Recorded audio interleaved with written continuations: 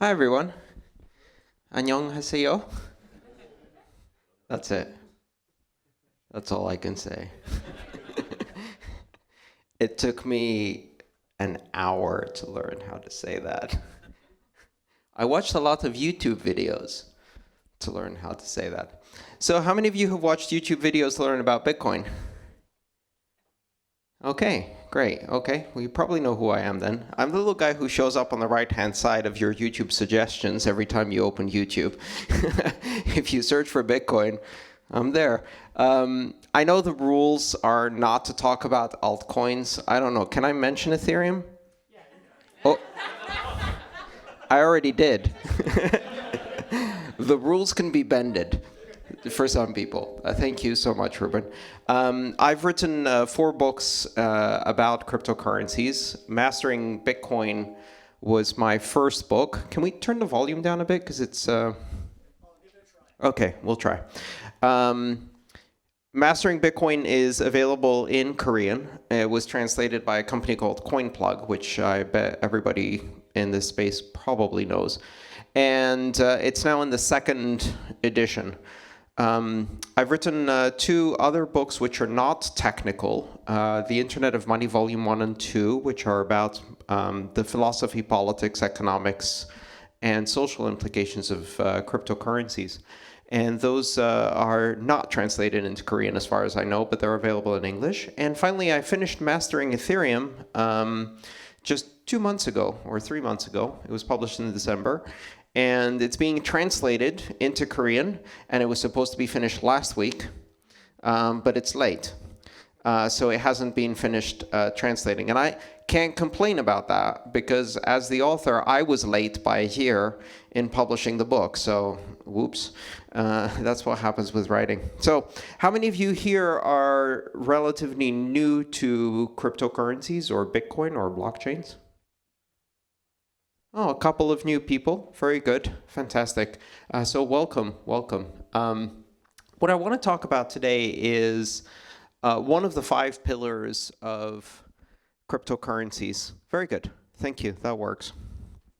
You've probably heard me say this, but I'm interested in blockchains that are open, public, borderless, neutral, and censorship resistant. Have you heard that expression? Open, public, borderless, neutral, censorship resistant. If you watched any of my videos, you probably heard me repeat that thing again and again and again and again. So there's the blockchains that are open, public, borderless, neutral, censorship resistant, and then there's the other kind, which are bullshit. Very good. And if you want more information on that, my most popular video on YouTube, which by the way is banned on Facebook, is called Blockchains versus Bullshit. And unfortunately, that word was apparently too colorful for Facebook. And they're like, oh, no, you can't say that word. You can't say that word on Facebook. We only allow neo-Nazi content on Facebook. You can't say bullshit. So then there's that.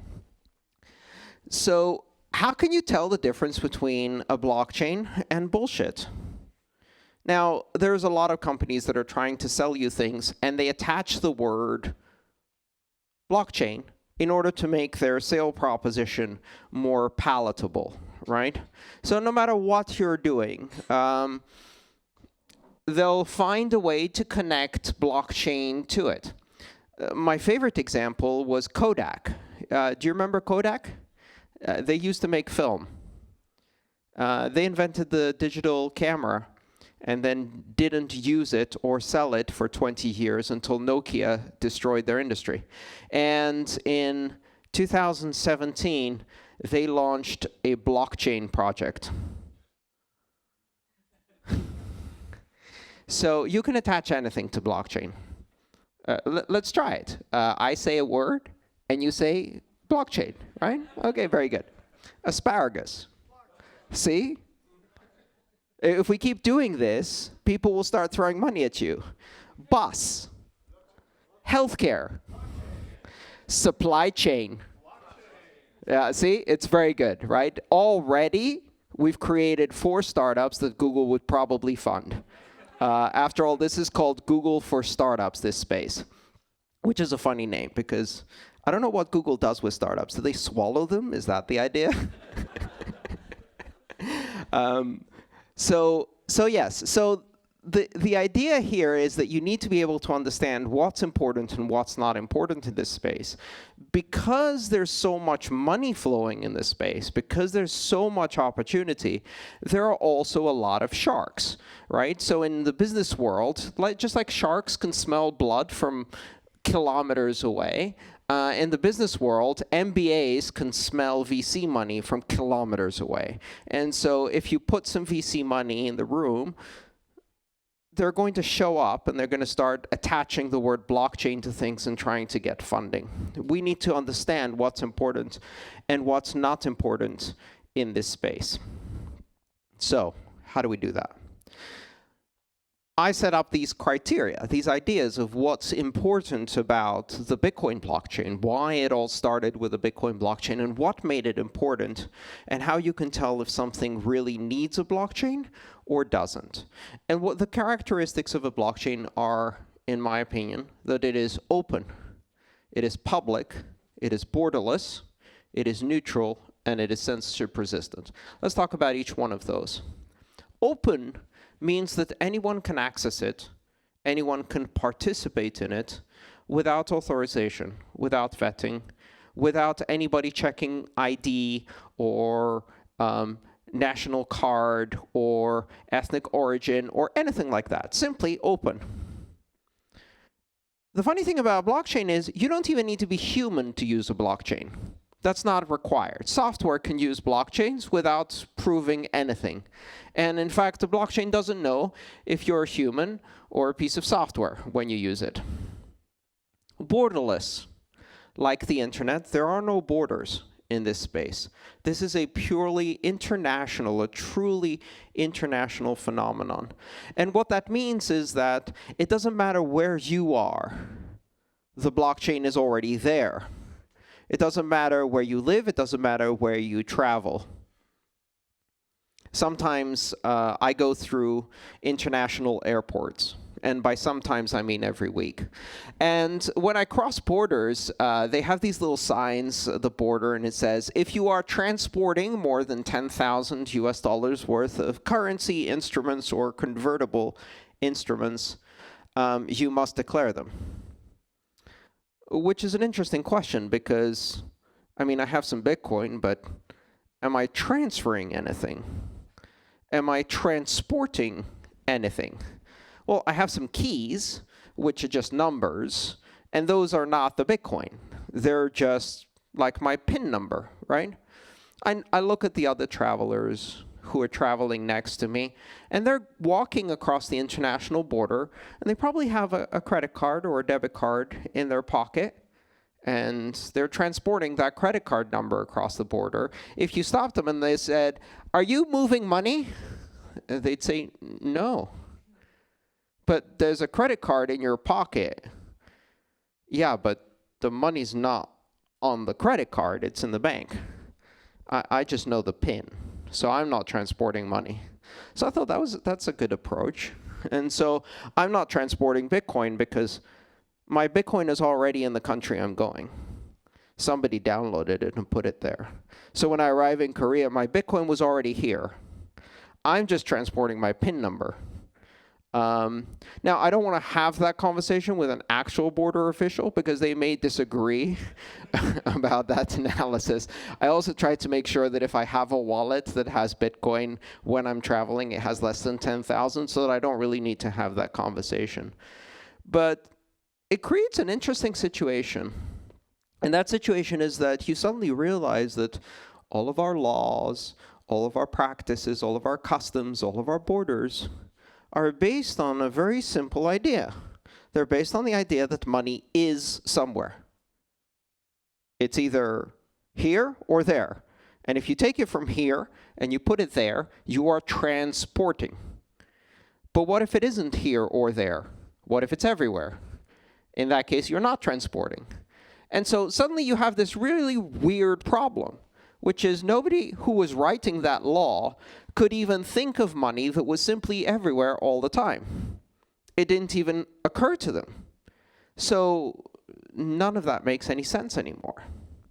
What does it mean to transmit money when money isn't somewhere, but everywhere?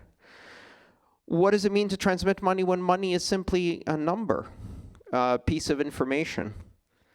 So, for example, one of the demonstrations I did was I took a Bitcoin transaction and I wrote a little script. I used Python. So in Python, this was 6 lines of code.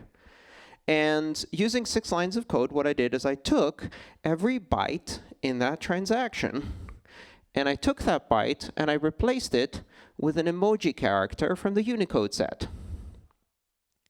So the transaction starts with, 0002003F, blah, blah, blah, in hex.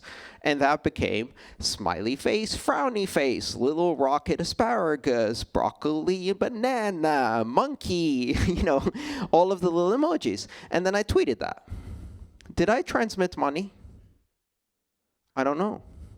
I'm not quite sure if I transmitted money. I sent a Bitcoin transaction as a tweet consisting of monkey, banana, asparagus, broccoli, smiley face, frowny face, love heart. Is that money transmission? Do I need to have a banking license to do that? That would be very weird. But that's what Bitcoin does. It creates these weird situations. Borderless.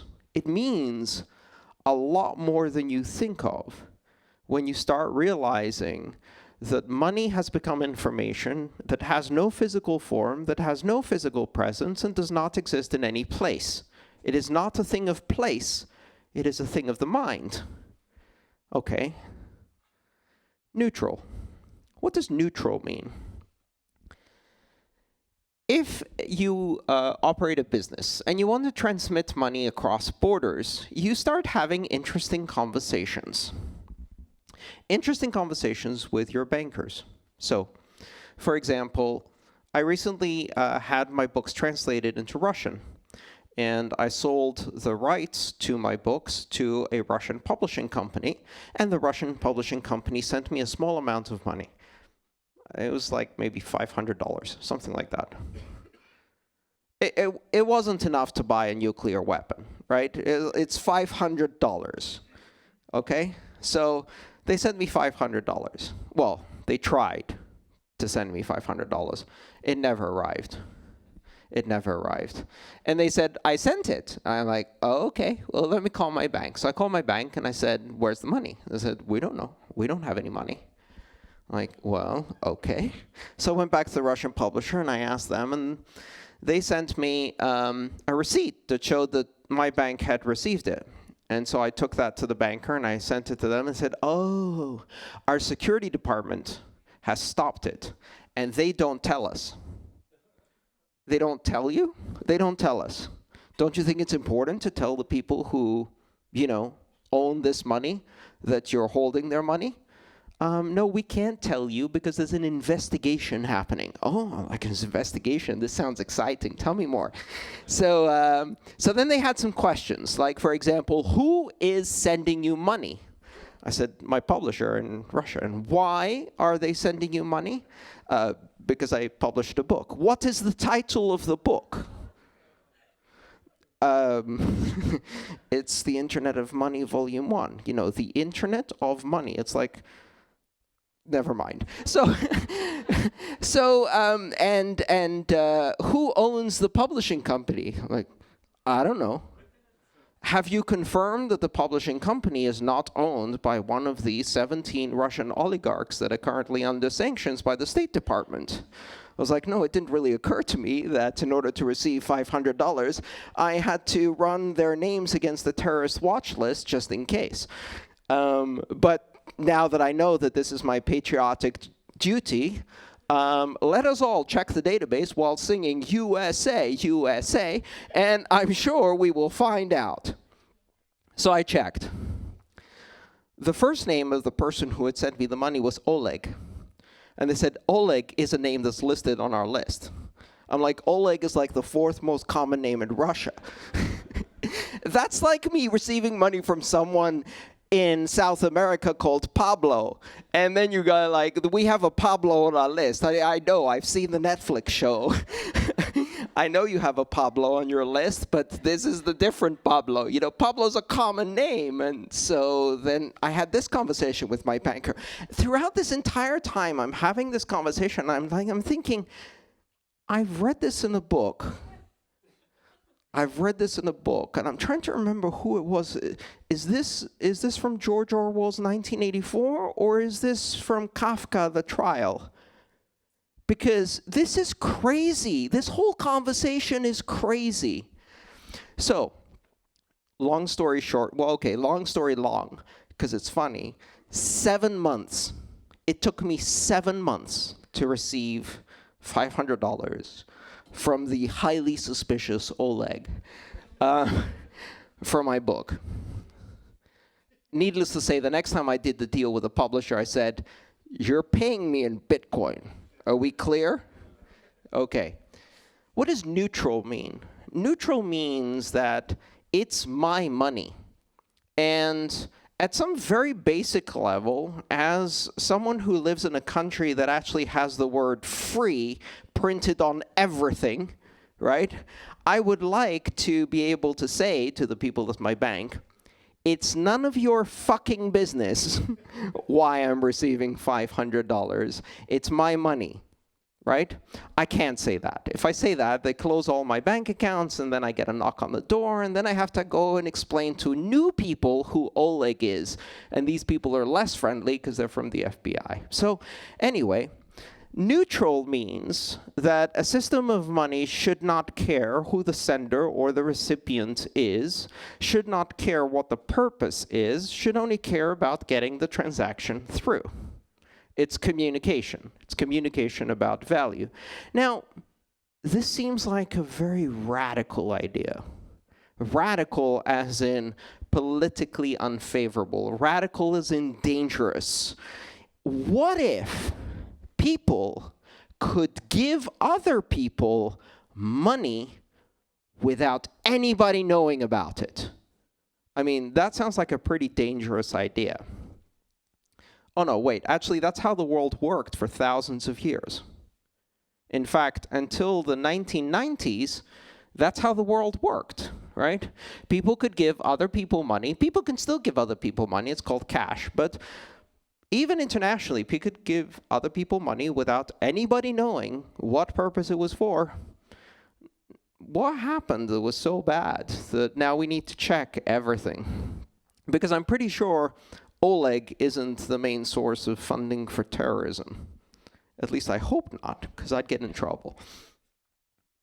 Censorship resistant. Censorship resistant means that if somebody wants me to stop sending money, to stop giving money to someone, they can't. And the reason they can't stop me is because this is a system of speech. Because money is communication. And because whether others believe that I have a human right to speak, a human right to associate, a human right to express myself, a human right to support the political causes, associations, organizations that I choose to, is their problem. Because I have those human rights. I didn't ask for them. They weren't given to me or granted. I have them. There's a hint in the actual sentence. Human right starts with the most important qualifying word, which is how I got them, by being human. That's it. That's the requirement. Are any other humans here? You all have them. Great. Congratulations. So the idea here is that money as a system of communication is, like any system of communication, part of human rights. Now, there's a lot of governments who disagree with that idea, right? There's a lot of governments who used to disagree with the idea of separating church and state. There's a lot of governments who used to disagree with the idea of people voting, especially women. They disagreed with that idea too. There's a lot of governments that disagreed with a lot of ideas that we've now changed because we know better. So maybe, hopefully, in 30 years, 40 years, 50 years, we will come to an understanding that there's a reason why we separate church and state. And for exactly the same reason, we should probably separate money and state. Because if money has a purpose of commerce, and you turn it into a system of policing, or a system of military control, or a system of war, one of the things that happens is it stops working as money. And that's a problem. Because if you start destroying your economy in order to do law enforcement, or you start destroying your economy in order to do war, well, you destroyed your economy. So there's that. But there's a bigger problem. The problem is that if you give other people control over where you can and cannot spend money, those other people may decide that you shouldn't be spending money financing, I don't know, their political opposition, the other party, or anything else that you might be funding. And pretty soon, that kind of power turns into corruption. Turns out that's why we separated church and state in most civilized countries, because they corrupt each other. And if you take the banks and the government and you bring them a bit too close together, they start getting very corrupt. Very, very corrupt, right? The banks corrupt the government corrupts the banks, and then they all destroy the economy together. So out of these crazy radical ideas, you know, we call them the ideas of the Enlightenment, classical liberalism, human rights, ideas like this, came this crazy idea that we could do it with money. And we now have this system that is open, borderless, neutral, censorship-resistant, and public.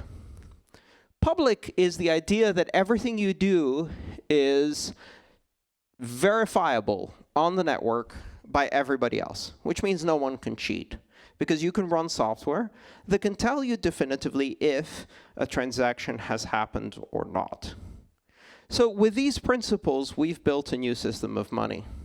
Now the question is, what happens next? Who needs this? Who uses this? How will it develop? Will governments allow it to happen? Will governments try to stop it and it happens anyway because they can't stop it? We don't know the answers to those questions.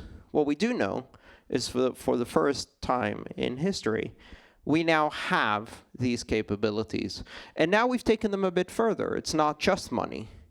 With technologies like smart contracts that are in systems like Ethereum that I'm interested in and wrote a book about, these concepts now extend to more complicated, some would say more sophisticated, systems that allow you to do other things, like, for example, build corporations. Corporations that are not registered by the state or domiciled in a specific location, but operate as independent entities on the blockchain. We call these decentralized autonomous organizations, or DAOs, which is a stupid name. Because anybody who hears that name goes, what? It doesn't really tell you what this thing is. It's kind of like a cross between an association, like this meetup, a corporation, like any company you know. I believe here you call them table. Is that what they're called? Table? Yes. I can't pronounce it, but I know what it is. Yeah. So any range from your local neighborhood association all the way to the most powerful company / family that exists in your country, you can express any of those things as a network-based entity that exists outside of borders. Again, what if we take a company and make that company open, borderless, public, neutral, censorship-resistant? Interesting things could happen. Interesting things are happening. And I want to focus a bit more on the idea of open. Most people misunderstand what that means. There's one layer of open. One layer of open is the idea that anyone can participate in any way they want simply by downloading the software. Okay, that's layer one. We understand what that means. But there's another more interesting thing that happens. You see, we're not operating these blockchain things in isolation. We're operating them in competition against existing financial services and systems. How many here use PayPal? Or Venmo? Okay, only one Venmo or two?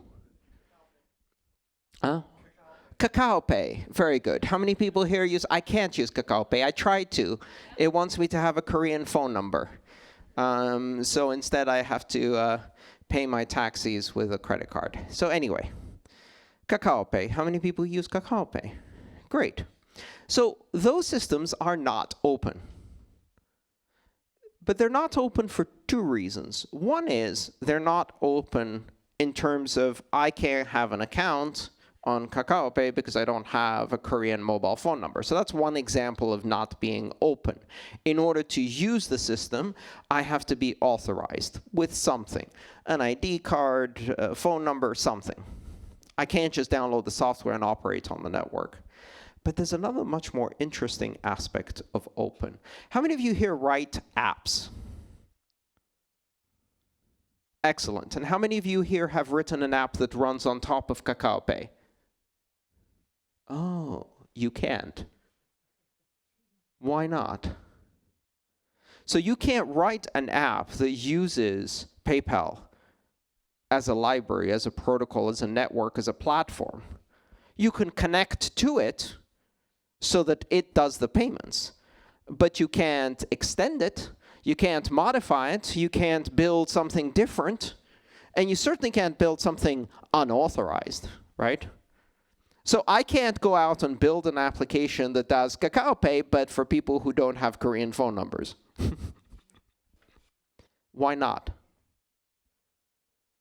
And that's where the second aspect of open really comes in. And you might think this is a small thing.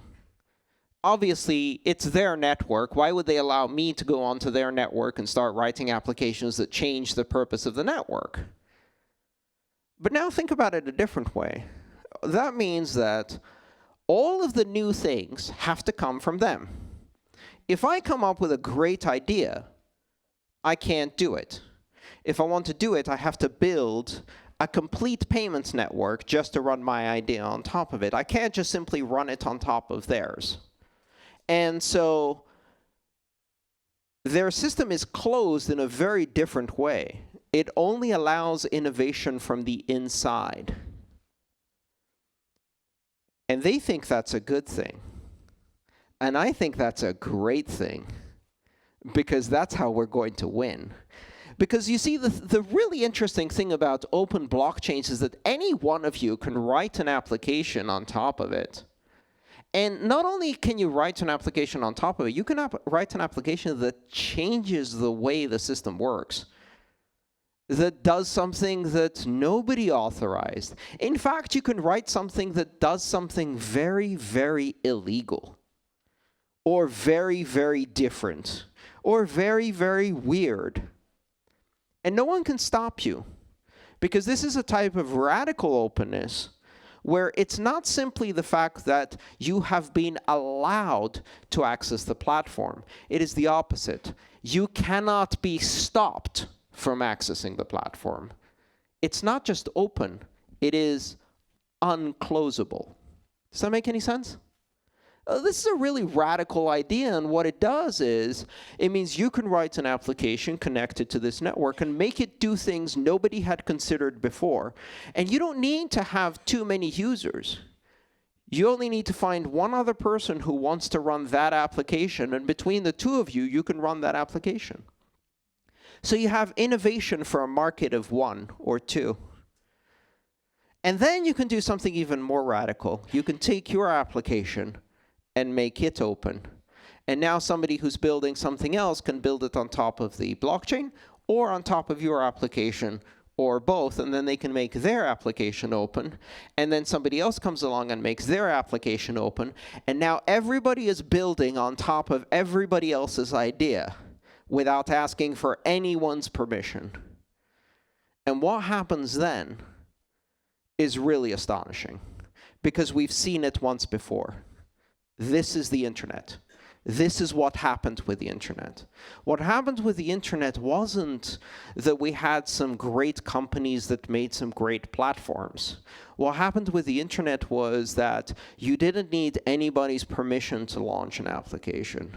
And so you could launch one and then let other people use it to launch another and another and another. And it created this tsunami of innovation that completely overwhelmed all of the possible competitors, so they couldn't compete. And this is going to happen to banking. They cannot compete against that, because there's no way you can do inside a company the amount of innovation of the entire world put together, all operating to serve their own special purpose without asking for anybody's permission. This is a really important point. And it's the reason why people don't understand at first the difference between PayPal, Venmo, Kakao Pay, and Bitcoin. They're like, so it's an app on your phone and you can read a QR code and make a pay. So what? I can do that with, I've been able to do that with PayPal since 1995. So what? And that's where they're missing the point. It's not an app. It's a platform. It's an open platform. A radically open, borderless, public, neutral, censorship-resistant platform. Thank you.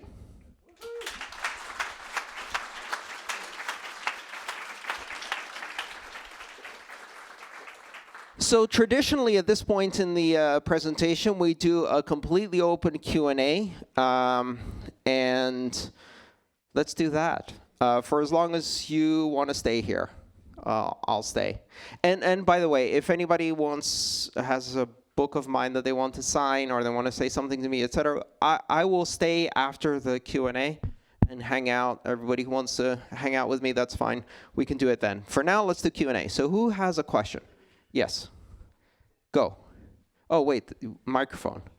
Now go. Yes. Hi, I'm Gino from Stateside IM. Nice to meet you.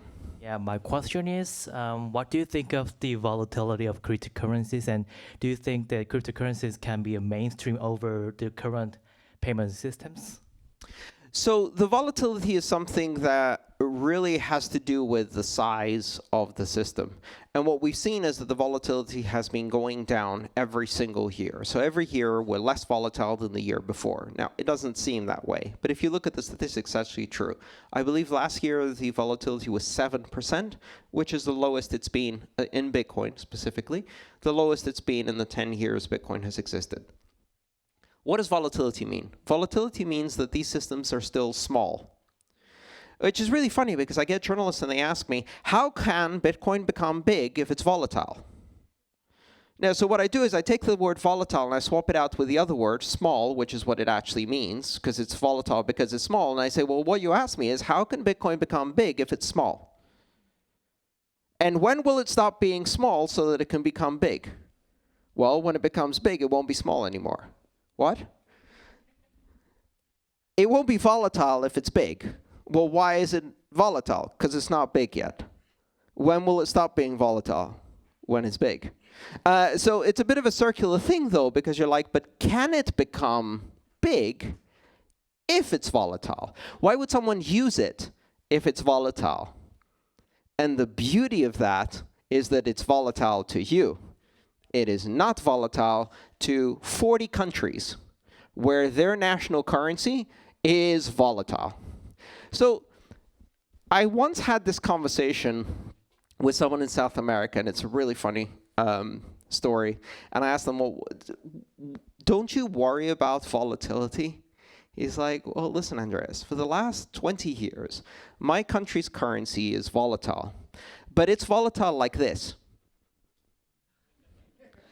And so far, Bitcoin has been volatile like this. I'd much rather have volatile in that direction than volatile in that direction. And the funny thing is that last year, there were more than 30 currencies that had more volatility than crypto. So in those countries,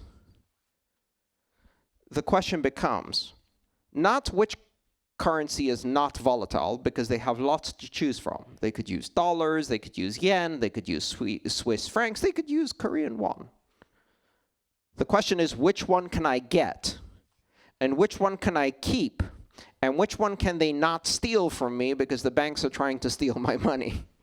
And which one can I move across borders without anybody knowing? Because if there is a currency that is actually safe and not volatile, what's the first thing my government's going to do? Make it illegal, right? So then you need a currency that you can hide. And like, okay, so it has to be okay-ish volatility, but most importantly, transportable, securely holdable, hideable, non-confiscatable, and then suddenly Bitcoin starts looking really good. So we are seeing mainstreaming in very small pockets where it's absolutely necessary. In places like Korea, where crypto is still too volatile, we need interesting applications that are going to make its use interesting and big enough in order to become less volatile. People ask me, what do you think is the application that's going to make crypto big in Korea? You know my answer? Games. And people laugh at games. They're like, games. Games are silly. Games are silly things that 12-year-olds do. Actually, allow me to correct you. Games are silly things that 40-year-olds do. Why? Because we started when we were 12, and we haven't stopped. If you ask us in polite company, are you a gamer? We're like, of course not. I'm a serious adult. And then we go home and we're like, the truth is that the average gamer today is between 35 and 45 years old. Gaming is bigger than the music, TV, and movie industry combined in worldwide sales. So when people say, but gaming is silly, why would we convert gaming economies to crypto? I'm like, you keep laughing. You keep laughing. Hollywood was laughing too about the internet. They're not laughing anymore. We have these fantastic moments in technology when one of the companies that was laughing for 10 years gets bought by one of the companies they were laughing at. AOL Time Warner was one of those examples, right?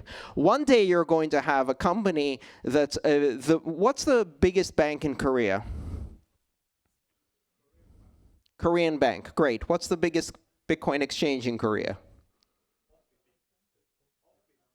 Opit. Okay, so when you hear on the newspaper, Opit bought Korea Bank, then you stop laughing, right?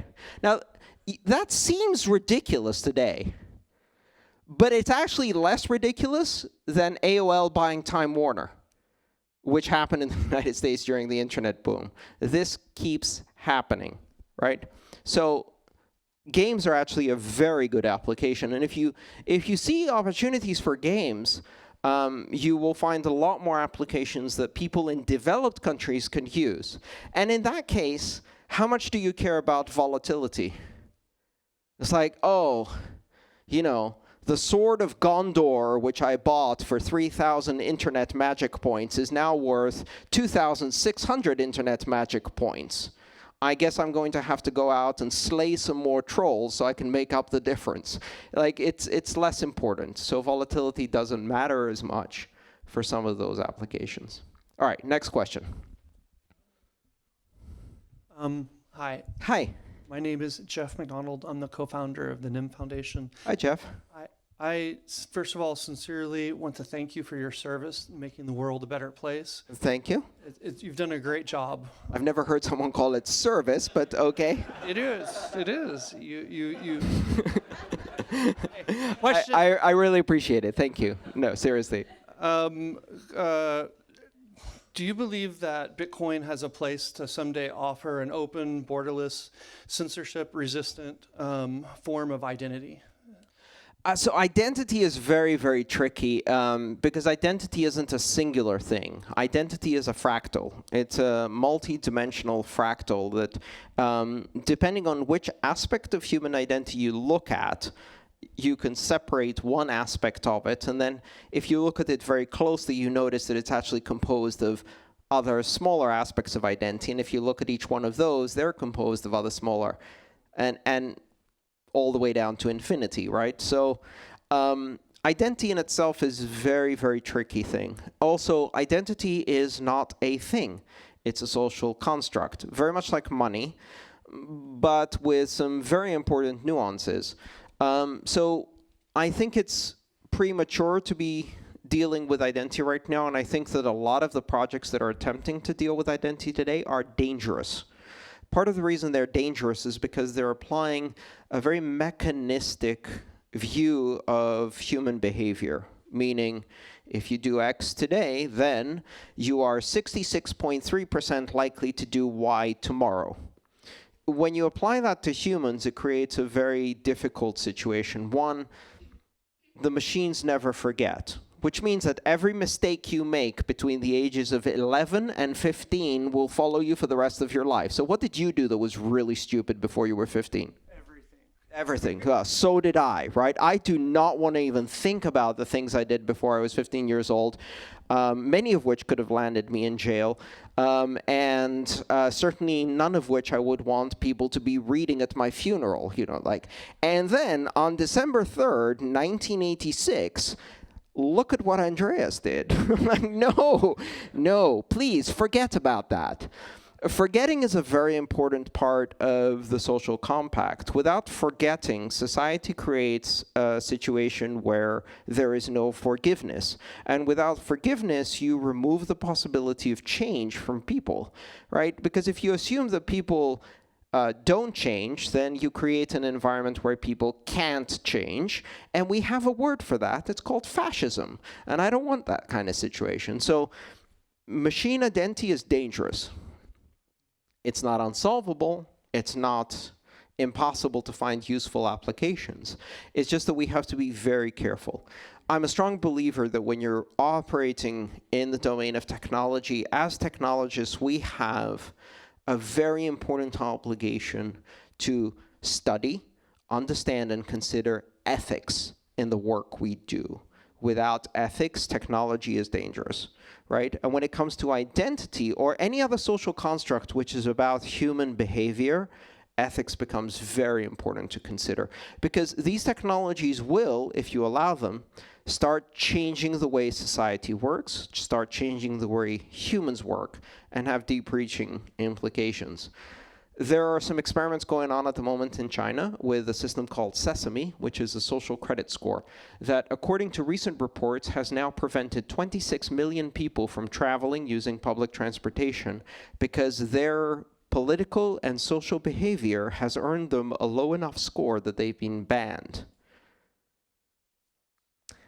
That's dangerous, right? And it's only getting worse. So those are the kinds of things that we don't want to do with technology. All right, next question. Hi, Andreas. Gordon Black. Hi, Gordon.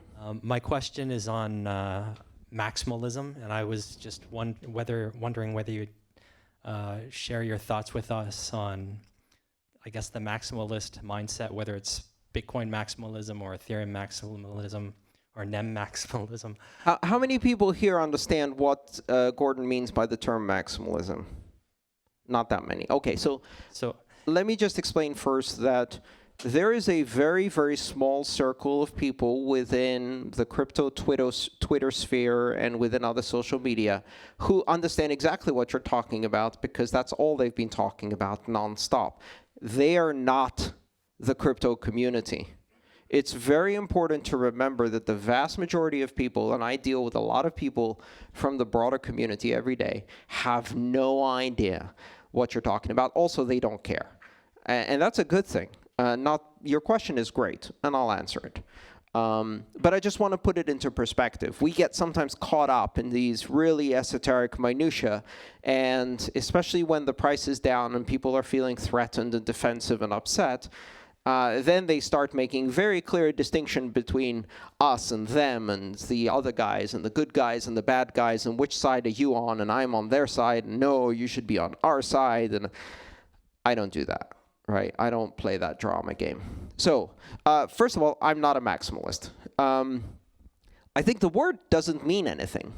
It's used to criticize people who have certain positions, but the problem is it's not a description of one specific position, right?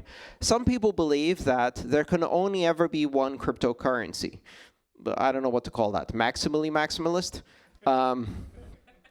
Others believe that only one can be a form of money, and there can be other blockchains, but they're just not going to be money, which is kind of monetary maximalism. Others say, no, all platforms need to also be strong money, and there can only be one money, which is platform maximalism. And you can keep subdividing these, right?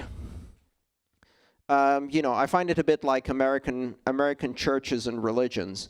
Every now and then I meet someone, and they say, I'm an American Seventh-day Pentecostal evangelical post-Methodist. And I'm like, oh, that's interesting. What does that mean exactly? Oh, yeah, well, we differentiate ourselves from the American Pentecostal evangelical non-post-Methodists of 1734, when we had a major disagreement over religion. Like, I don't understand. I don't know. Why? What? Who cares? And and I don't know if you have that phenomenon here in Korea. I'm sure you do.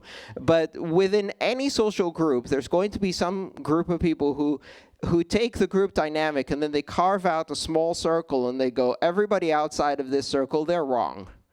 And everybody inside this circle, we know the one true doctrine, the one truth. And we've seen that happen in crypto. Basically what it means is the crypto community has gotten big enough that we can now have our very own ridiculous religious sectarian wars over tiny doctrinal differences that nobody outside of crypto even cares about or could understand. But if you sit down with some of these people, they will be happy to explain it to you for 2 hours while missing all of the social cues that you don't care. They will ignore all of that and continue to explain it to you for 2 hours. Like, no. Ethereum Classic. You see, in the reentrancy bug of the DAO, some people decided to bail out the original holders of the DAO after the white hackers had returned most of the funds into the system. And in addition to that, we believe in proof of work instead of proof of whatever. And nobody cares, but they'll explain it to you. None of this matters. That's my position on maximalism. None of this matters. And the reason none of this matters is because, first of all, nobody out there has any idea what we're talking about, right? They still think there's only one. Like, if you ask most people, they're like, so I'm into cryptocurrency. They're like, oh, Bitcoin? They're like, no, man.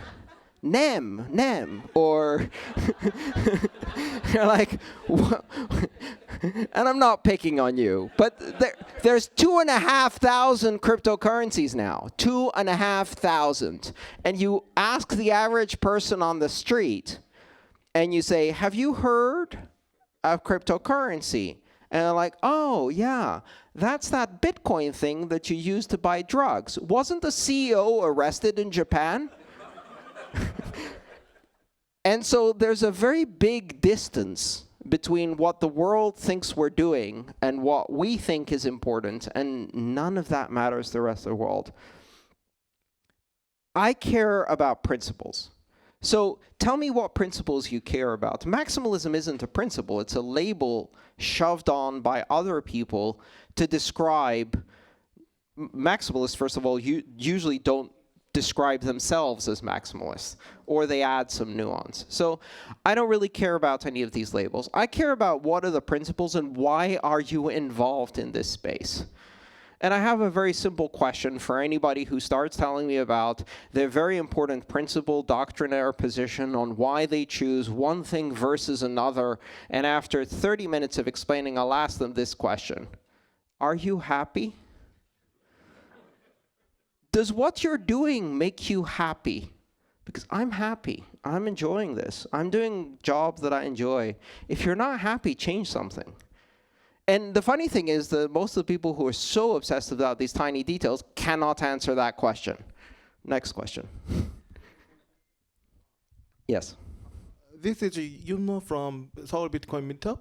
Nice to meet you. Nice to see you. My question is, recently I've seen the presentation on the YouTube. The killer app in blockchain will be stock market. Will be what? Killer app in blockchain technology will be a stock market, security market, I mean. A securities market. Yeah. So was this one of my videos or just some other? someone Somebody else. Okay. Not you. Very good. So it means that the blockchain technology will dominate stock market in 10 years. So what do you think about the idea of that? I think it's very specific, and I try not to make specific predictions. So the trick about making predictions is being vague either about the outcome or the timeline. That's how you could be successful. It's a bit like the Heisenberg uncertainty principle. If I make a prediction, I can tell you what will happen, but not when.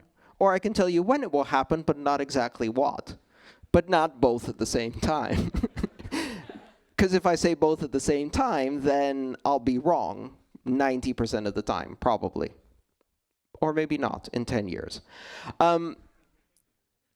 So could it be, I think markets are one of the most important applications for blockchains. Blockchains create markets. They create free and open markets for the participants. Blockchains are markets. Blockchains operate as markets. Blockchain operate using markets in order to calibrate various parameters. So for example, there's a market for mining. There's a market for the difficulty calculation and proof of work. That is a dynamic marketplace where people make decisions every day as to whether they're profitable. There are currency markets within the crypto space. All of these markets exist because of blockchains. So markets are a critical application of blockchain technology. Blockchains will create better, more fair, more transparent, more open markets wherever markets are needed. Interestingly enough, that also means in places where markets are needed but not wanted. So for example, and I'll say this, and some of you are going to be shocked and upset, drug markets. Why? Because drug markets are markets. Yay, drug markets are markets. And markets require two things in order to happen. Does anybody know what these are? This is like a test now. It's a quiz part of the presentation. Anyone? Supply and demand. Great. If you have supply and if you have demand, what happens next? A market happens. It doesn't matter if you try to stop it, a market will happen. Right? I could create a market right now by creating supply and someone in this room having demand for what I supply. Markets emerge. Markets are just behavior. That's all they are. They're human behavior. And so markets emerge. They emerge around things we want, equities, and also around things we want them, but we really shouldn't, like drugs, or ice cream, or, other things that are bad for us. Smoking, cigarettes, whatever. So markets emerge. And blockchains will create markets. And the interesting thing about blockchains is they will create open, free, transparent, public, borderless, censorship-resistant markets, even if people want to stop them. Unstoppable markets. And that's going to cause some problems. Now, it's also going to mean that stock markets are eventually going to, in many cases, operate on blockchains. Not all of them. Not forever. How many people have used a fax machine in the last year? Okay, let me rephrase that question. How many of you are Americans? Yeah, I still had to use a fax machine last year. This is 35 years into the development of the internet. Fax machines still exist. And I had to use a fax machine. Okay, I'm lying. I didn't use a fax machine. I used a website where I uploaded a PDF, and they had a fax machine that sent it to the government agency that insisted on receiving a fax from me. So I basically cheated and sent them a PDF over somebody else's fax. But the point is, no technology ever goes away. I'm sure there's a park somewhere in Seoul where if you really, really want to, you can go for a ride on a horse. Right? Not because you need to, but because they're still around. So the idea that all stock markets are going to be blockchains and there won't be other types of stock markets that will still exist, that's ridiculous. It won't be. We're still going to have the markets that you see today. We're still going to have tuna markets like they have in Japan, where people are bidding on the floor for an actual piece of tuna. These still exist. Tradition is powerful. But I think stock markets are one of the applications that we're going to see sooner rather than later. And the reason is very simple.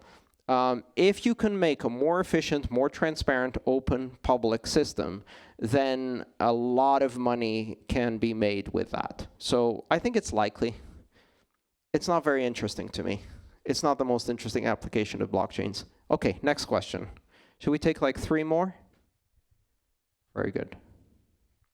Okay. Hello. I've been aware of you since last year, and you seem to be a person who really likes Bitcoin and the blockchain and all the benefits it might give. Very good. But thank you. I want you to try to play devil's advocate Yes. for me.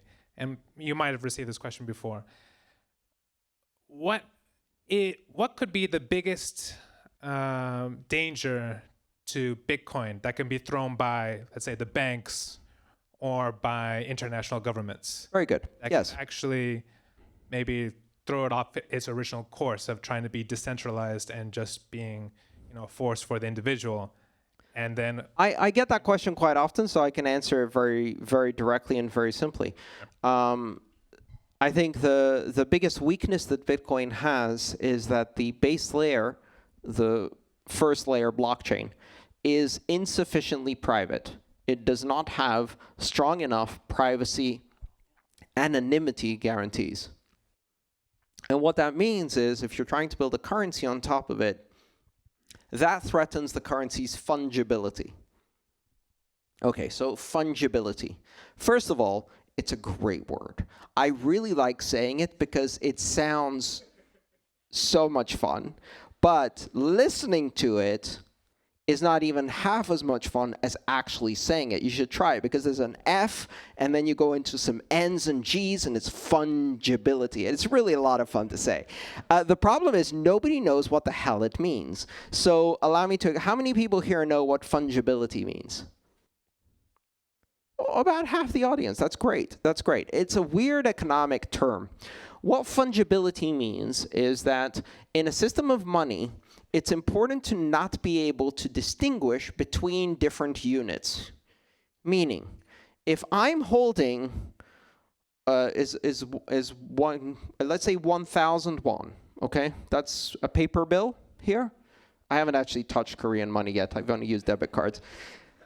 I'm holding 1,000 won bill, right?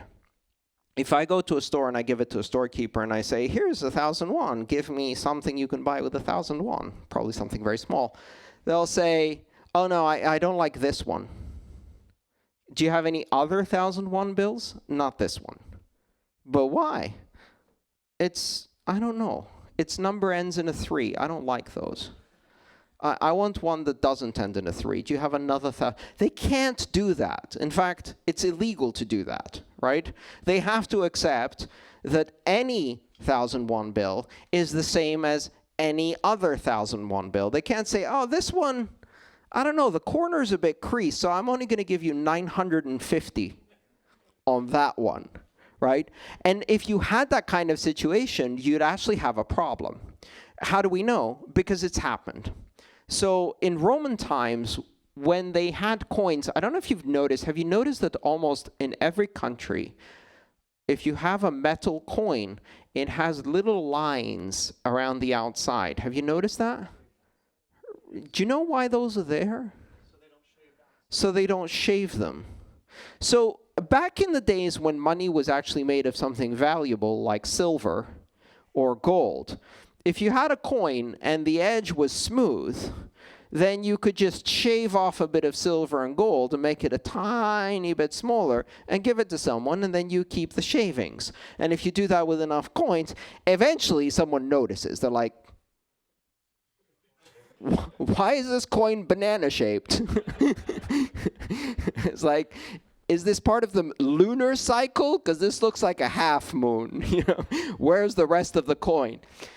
So what they started doing is they put those ridges around as an anti-theft device, so that if you shave it, it's visible that you shave it. If you try to make the ridges again, because they're symmetrical, it's very obvious that you've cut new ridges into the coin. So that's why they have a little circular ridge around the edge, and that's why they have the little lines. So what happens in Roman times with silver coins is they started trading for different values depending on how badly they were shaved. So it's like having a 1,000 bill and someone is saying, I'll give you 876 for that one. That one looks pretty good. I'll give you 923. Well, the problem is if money starts having a price, it stops working as money very well. If each piece of money has a different price, but not the one that's on it, but a slight discount depending on whether it's been tainted or shaved or something like that, you have a problem. And that's what fungibility is about. You know, there's another funny situation that we have. I don't know if you've heard this statistic, but every single dollar bill you've ever touched has cocaine on it. It also has E. coli. Ew. Yeah. So every single dollar bill you touch has cocaine on it. And the reason for that is because there's this way of rolling up a dollar bill and turning it into a straw and using it to ingest cocaine. So people, you know, that kind of thing. So that means that eventually you take this dollar bill, it touches the other dollar bills in your pocket, they get a bit of cocaine, and then you give it to someone and it touches their bills, they give it, etc. And so everything has cocaine on it. Now, this causes a bit of a problem because what if you had a test? And you could run a test. And they actually suggested doing this in the 80s. And they said, well, let's test the dollar bills. And if they have cocaine, we won't accept them. And then they realized this was a very bad idea because it would cause chaos. Can you imagine if every shopkeeper had to have a little testing system? And they'd be like, oh, I'm sorry, this has too much cocaine on it. I won't take this one. But this one has just enough. I'll take this one. And so then what would happen is people would pay more for the ones that were clean and less for the ones that were dirty. And then you have a real problem because then the value of money can vary a lot. Not just 2% or 3%, but even 20%. Well, that's happening in Bitcoin today. You can actually buy Bitcoin that just came straight out of a fresh block, fresh from the oven, still smelling of hashes, and and right from the Coinbase, right? They sell those at a higher price than Bitcoin that has touched other people's wallets. And the reason is that because you can trace Bitcoin from transaction to transaction to transaction, if you give Bitcoin to your exchange that you received from someone else, and that person received it from another person who received it from another person who stole it from Mt. Gox, your exchange is going to go, too dirty. No, thank you. And they'll shut down your account. And that's a problem. That's a big problem. Because if you start doing that across all of the money circulation, you end up breaking money. It stops working as money. The whole point of money is that you have one universally recognizable, verifiable thing that has one price, right? It is the price. That's its purpose. And if it starts having different prices, it doesn't work. So fungibility is a big problem.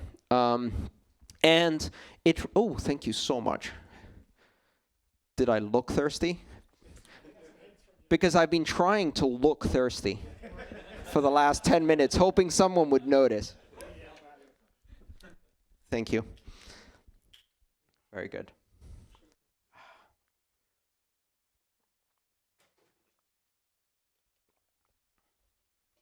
So, and how does fungibility relate to privacy? They relate in a very simple way.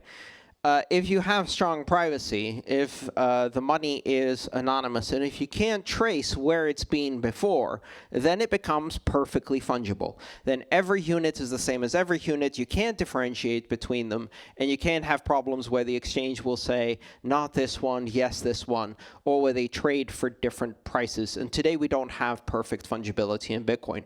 There is perfect fungibility in some other blockchains. Privacy-focused ones like Zcash and Monero and many others that have come out since. I would like to see privacy improvements in Bitcoin. And the reason I'd like to see them is because this is a very specific attack vector for governments. And what they can do is they can start circulating blacklists that say, any coin that has touched one of the following addresses is a bad Bitcoin. And then make the exchanges block any transactions. And they will set a limit. They'll say, if it's changed addresses less than 6 times since it's touched one of these, they call that 6 hops, then you can't accept it. And that would cause very, very serious problems to Bitcoin. Of course, what it would also cause to Bitcoin is the immediate implementation of strong privacy and anonymity, which is one of the ironic things that when you're working in a dynamic system is that if you have a threat like that from government, if you have an attack like that from any government, the response that happens is that the organism, the system, evolves to develop defenses against that particular attack. And one of the reasons we don't have strong privacy today is because Bitcoin isn't being attacked enough. And this applies to all cryptocurrencies. If cryptocurrencies start getting attacked using privacy as the attack mechanism, 2 things are going to happen. 1, privacy will become very valuable, which means that any cryptocurrencies that do strong privacy immediately become much more valuable because everybody wants the private ones. And 2, every cryptocurrency that doesn't have privacy, the very next release has privacy, which probably is also why governments haven't tried to attack in that way, because they actually like the fact that they can track these things, and they know that if they attack it in a very obvious way, they'll stop being able to track them because they will immediately get privacy. Okay, and the last question of the day goes to, let's see. Could we do the lady over here, please? 2 questions then? Or? 2 questions, yes, sure. Hi. Hi, my name is Daniel G. First of all, thank you for coming out here. I'm a big fan, and I really enjoy your talk. Thank you. On the LTB, and it's really inspiring, so thank you. Well, my question is, I'm running the Blockchain for Good Society meetup here in Korea. We're a community where... The blockchain for? Good Society. Yes. And we are a community of people that believe that blockchain is a very useful tool that can solve the social problems that exist today. Okay. And it's a really, it gives impact and improves lives of the 99% of the world. And we've been discussing about how blockchain and Bitcoin has enabled the women's rights in Afghanistan. And we've been talking about how the UN and the WFP. Is there a question? Let's get to the question. Yes, Very good. I was wondering if you could share your thoughts or your experience, any cases that you've seen that blockchain technology have improved and impacted these lives, because we're running out of use cases to share. There aren't that many. We have to be realistic about that. There are a few great examples. You know, the projects they did where they were paying women in Afghanistan to do coding and get paid in crypto. Yes, it's a great story. It didn't last very long. And part of the reason it didn't last very long is because it was very difficult to introduce that level of technology into that society. And of course, if this kind of thing is working well, then you won't hear about it. Think about it this way. Let's say I'm a 13-year-old Saudi woman who is about to get married to a 55-year-old man. And I want to get the hell out of that country as quickly as possible to avoid that future. So then I've managed to escape through the help of organizations and friends, etc., who smuggle money into the country using Bitcoin, and then I escape. The first thing I do after I escape is hold a press conference to tell everyone how Bitcoin did it. No. That's going to cause some problems for everybody involved in that situation. So everybody's going to keep very quiet about it. I know of several cases of people who are leaving Venezuela, for example, using Bitcoin to escape. One of my good friends hires software developers in Venezuela. And after 3 or 4 months, he has to find new software developers because the previous ones who he paid in Bitcoin use that Bitcoin to get themselves and 30 to 50 members of their family out of the country. And then he has to find new ones, and then they get out of the country, and then he has to find new ones, and they get out of the country. And they estimate they've gotten more than 300 people out of Venezuela just by paying people in Bitcoin to do coding, which is amazing. But they're not going to go publicize that more broadly, right? We're not going to give you specific examples because that doesn't work. Bottom line is, that's what neutral means, right? That's what these principles of neutrality mean. The fact that someone who is legally prohibited from owning money or property, right? So there are probably about a dozen countries in the world where women are prohibited from owning property and owning bank accounts. And the reason for that is because in those countries, women are property. And so property can't own property, right? They're all owned by their husbands. Well, actually, no, they're owned by their fathers. And then they're transferred in a sale called marriage to their husband. So in those kinds of situations, the neutrality principle where the blockchain doesn't care creates a situation where people can own money, even when they're prohibited from owning money. The other thing that you have to be really careful about this, in general, when we have these conversations, we have to realize that what we're talking about is illegal, right? What we're talking about is illegal there, maybe not here. I believe women in Korea are allowed to own money. Yes, very good. So here it's not, there it is. And that's why you have to make a very important personal choice, which is to make the very serious distinction between illegal and immoral. There are many things in life that are illegal and moral. Not just moral, obligations of morality that we have. And there are many things in life that are legal and are absolutely immoral. Right? So, selling cluster bombs to the Saudis, legal, profitable. In fact, highly celebrated and listed on the New York Stock Exchange.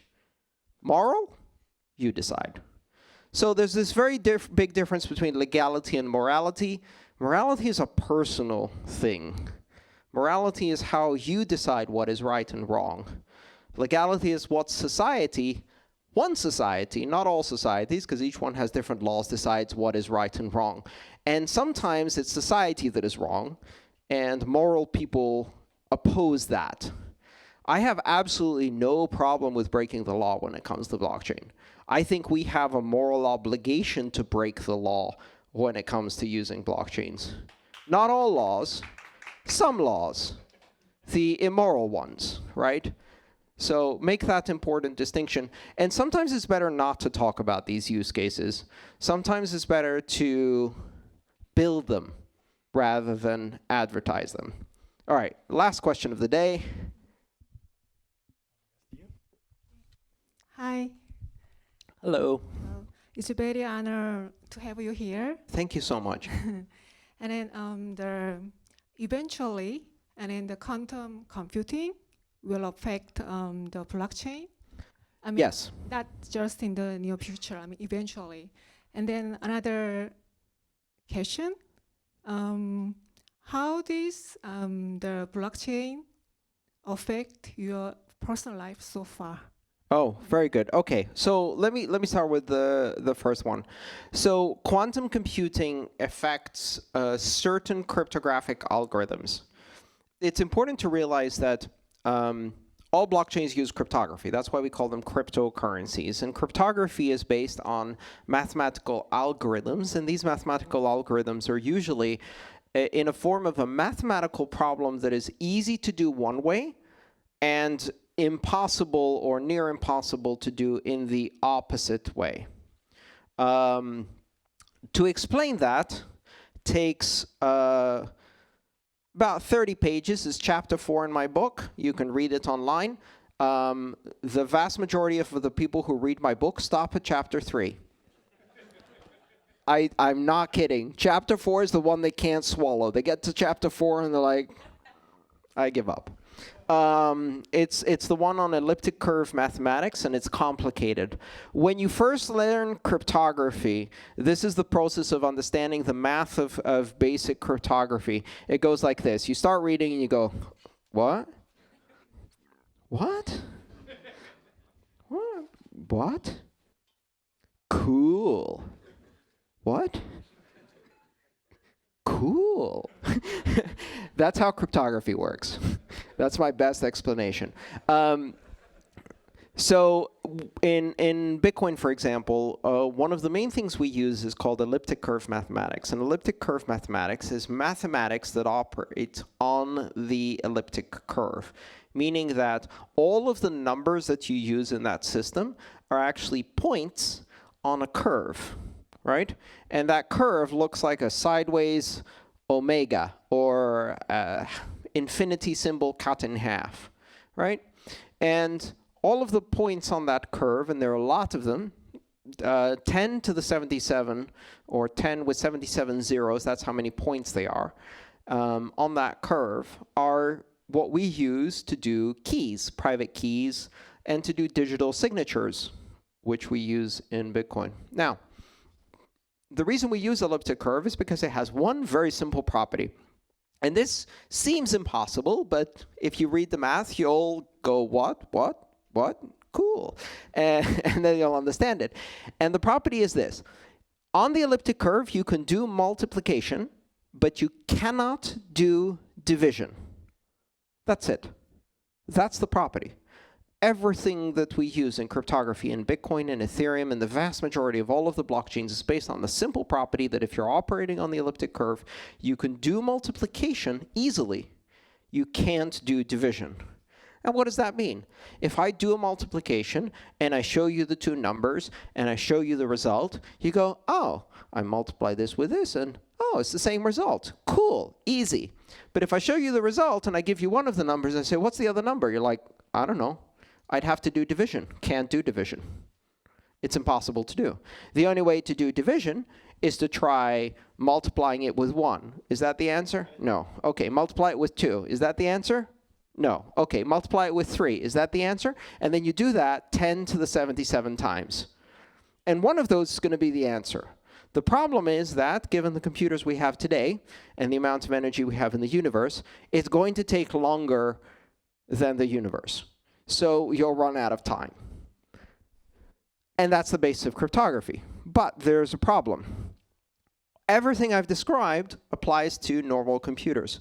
With a quantum computer, you can try all of the multiplications simultaneously for as many bits as your quantum computer can do. So if you had a 256-bit quantum computer, you could multiply with every number in the 10 to the 77 number and find which one it is simultaneously in time 1. It will take one calculation, problem solved. So quantum computing breaks that. How do you fix that? You fix it with quantum cryptography. So quantum computers can break normal cryptography. But quantum computers can also do quantum cryptography, which you can't break with a quantum computer. So then the question becomes, if we all have quantum computers, then it's not a problem, because we can do quantum cryptography, which you can't break with a quantum computer. If we all don't have quantum computers, and only some people have quantum computers, then we have a problem. And the good news is that these things don't happen suddenly. They progress gradually. We have quantum computers that can do 4 qubits. Then we have quantum computers that can do 8 and 16, et cetera, et cetera. So by the time they have quantum computers that can do hundreds of bits, we'll have quantum computers that can do dozens of bits, with which we can do quantum cryptography, so we can solve the problem. And what this means is that In blockchains, we have to replace the cryptographic algorithms. In all of life, we have to replace the cryptographic algorithms. Cryptographic algorithms do not last forever. On average, they last 20 years. The average cryptographic algorithm stops working after 20 years because someone finds a way to break it.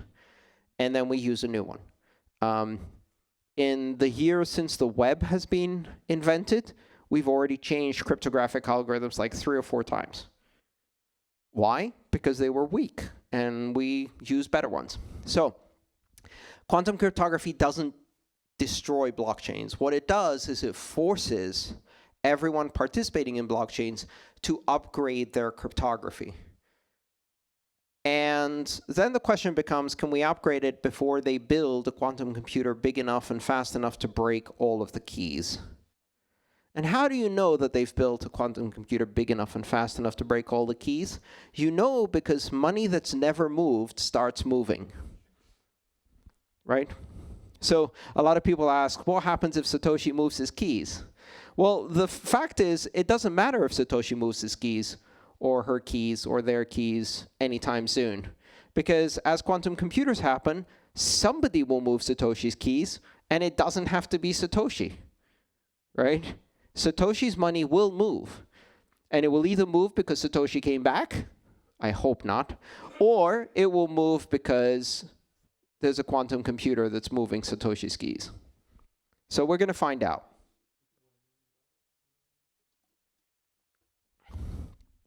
How has this changed my life? Bigly. I've had a couple of really big transformative experiences in my life, and this has definitely been one of them. And so it's given me an opportunity to do the work that I'm most passionate about, to do something that's very aligned with my values, and to use a very, very particular set of skills that seems to have very few applications outside of this space. And that allows me to achieve a very important goal of mine, which is to not have a job. Because instead I do this. Now, this may not seem like a job, and the reason is because it's not. Because one of the things I know about jobs is they're not fun.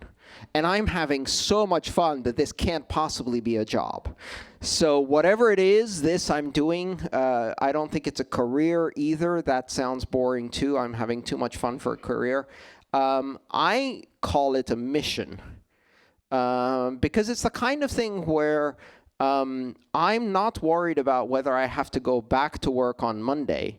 First of all, because I work 7 days a week. And secondly, because I'm more worried about not having enough time to do the important work.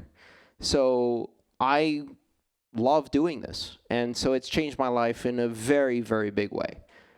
Thank you. Thank you for coming tonight.